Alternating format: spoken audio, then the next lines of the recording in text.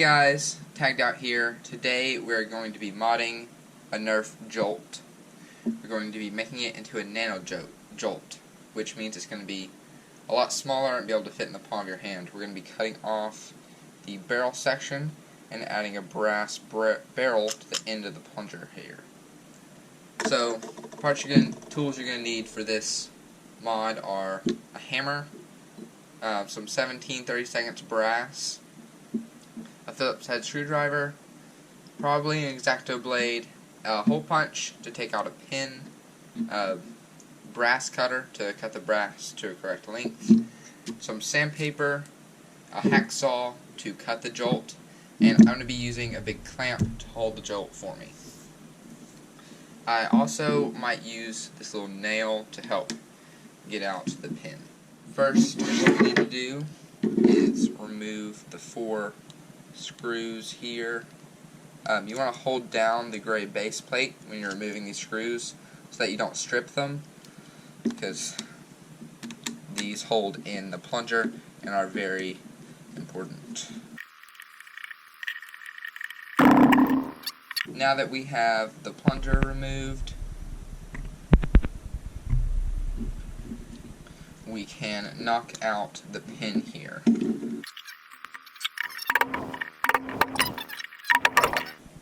Here it is. So, keep this. It's important, obviously. So now that that pin is out, we can remove the trigger. It just slides out. Okay guys, so now all that stuff is removed. I have my jolt clamped in here, and we're going to cut off the barrel right at this seam here. Like right here. So I'm going to go make that cut, and I'll be right back. We have made the cut and cut off this entire barrel piece.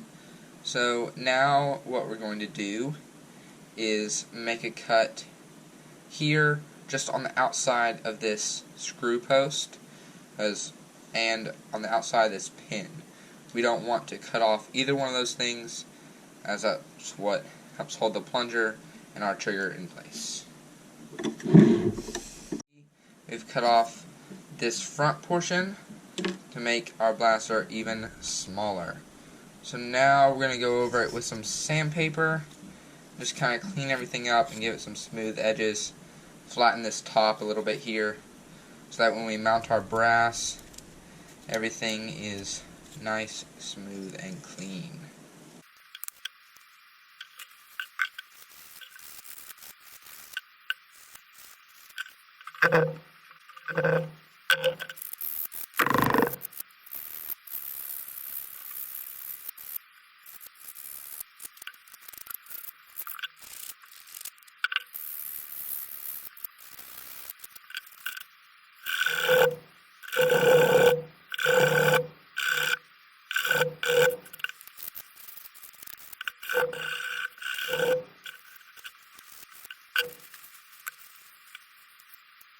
Now that we're done sanding, we can go wash it off. Guys, now that we have got our Nano Jolt here, we're going to put the pin back into the trigger.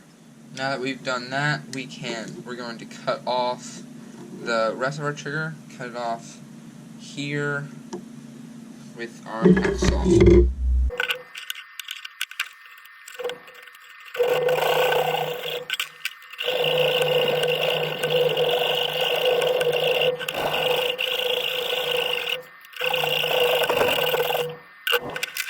We have cut off our trigger. Now we're going to sand it down because this end is rather pointy.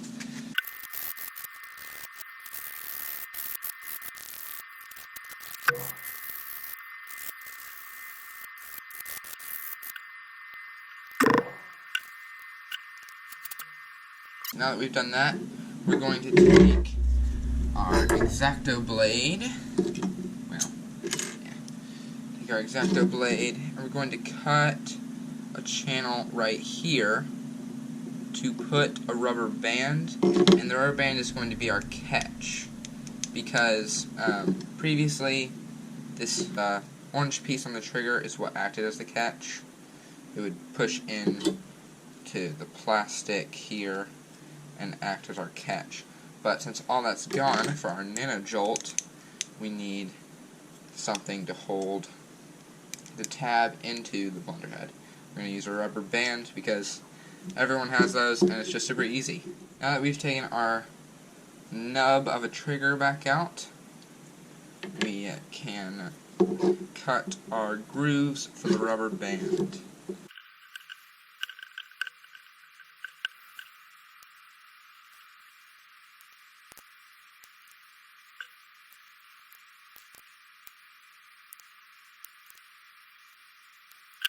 Okay, here we go. Cut our little piece of brass, and our half dart fits nicely down in there. You can leave the back of your piece of brass crimped so that a dart can't get stuck inside the actual plunger tube, but I'm going to ream mine out so I can use full length if I would like to. Pipe cutters have this handy little tool here that I use to just splay out the back of my brass.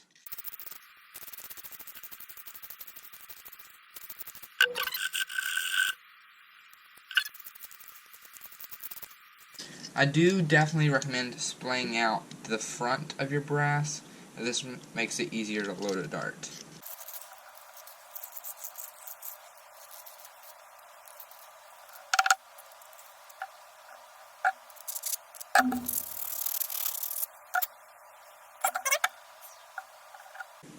Now we're going to put our plunger head in so that we don't put our brass too far.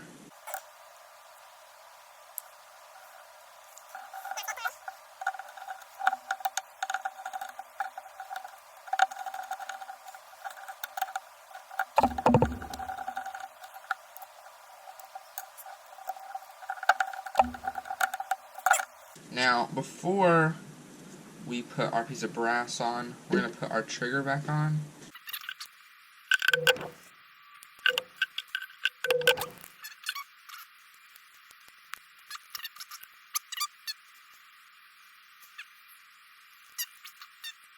So to put our barrel on, I'm actually going to prime it and so that our epoxy putty doesn't fuse itself to the top of the plunger head. We do want to make sure we don't fire the blaster while it's primed.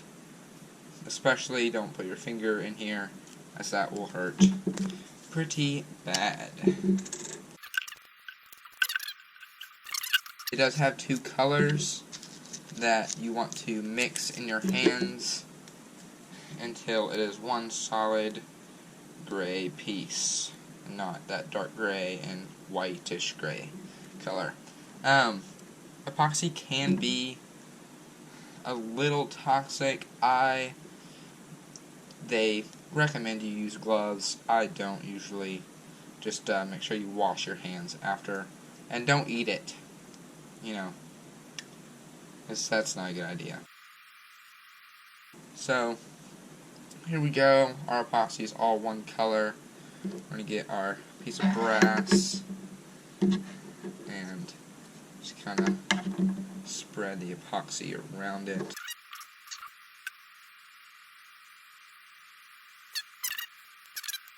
I'm going to gently deprime our blaster here.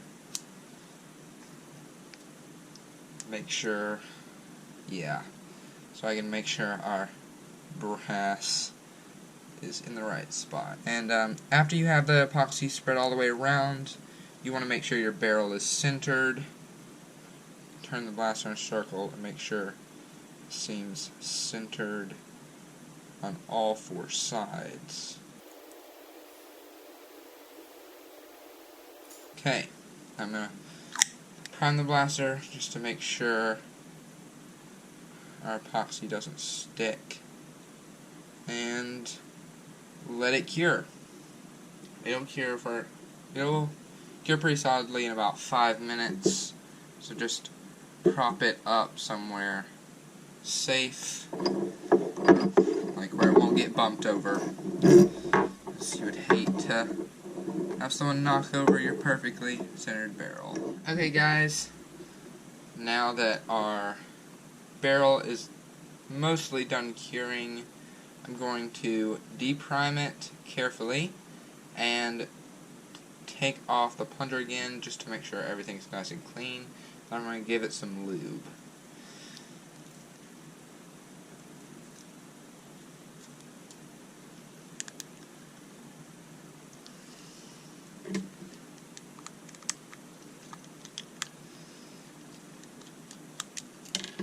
Oh no, that's not good at all. Oh man,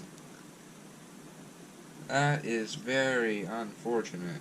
To prevent my amazing failure, catastrophic failure, I would say one thing you should do is try and cut this, try and cut it farther up, leave more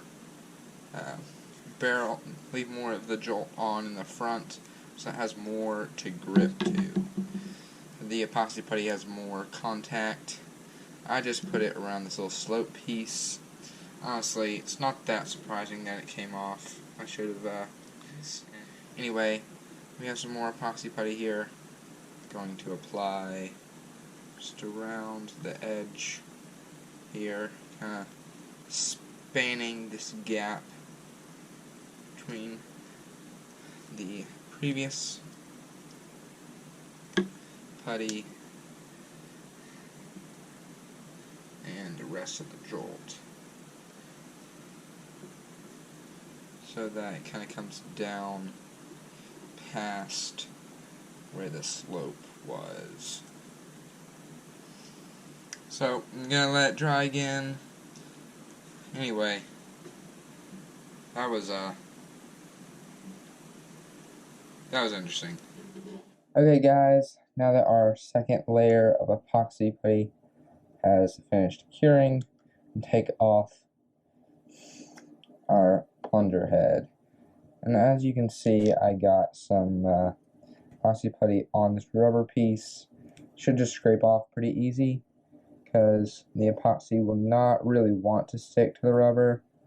It hasn't been sanded and it's still greasy. Somewhat, anyway.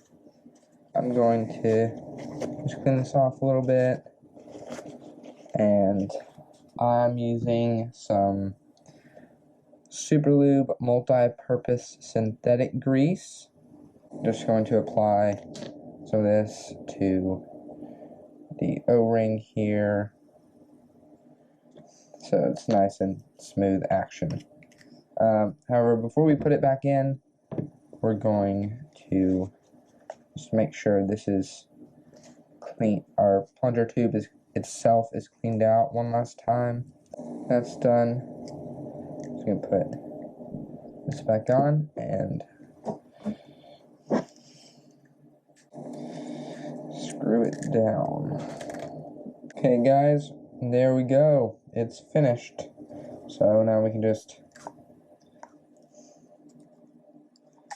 prime it, get our little dart, seat in, and shoot it. Wow, that works pretty well, surprisingly. Yeah, so now we have a super small little jolt, easily concealable in your hand, and you can just fire it by pushing on the end of the trigger. I will probably add just a little bit of epoxy there, so there's a little bit more to grip onto. I would cut yours again like a 90-degree angle out here. Just leave a little bit more plastic on, so that's easier to fire. One last thing, if you want to make your Nano Jolt a little bit smaller, you can cut off this gray piece here, just right there, and you can trim down the T-pull. Cut off the two edges and put a key ring on, so it's a little bit smaller. Anyway, guys, hope you enjoyed this Nano Jolt janky mod guide. Hope it was entertaining, and thanks for watching.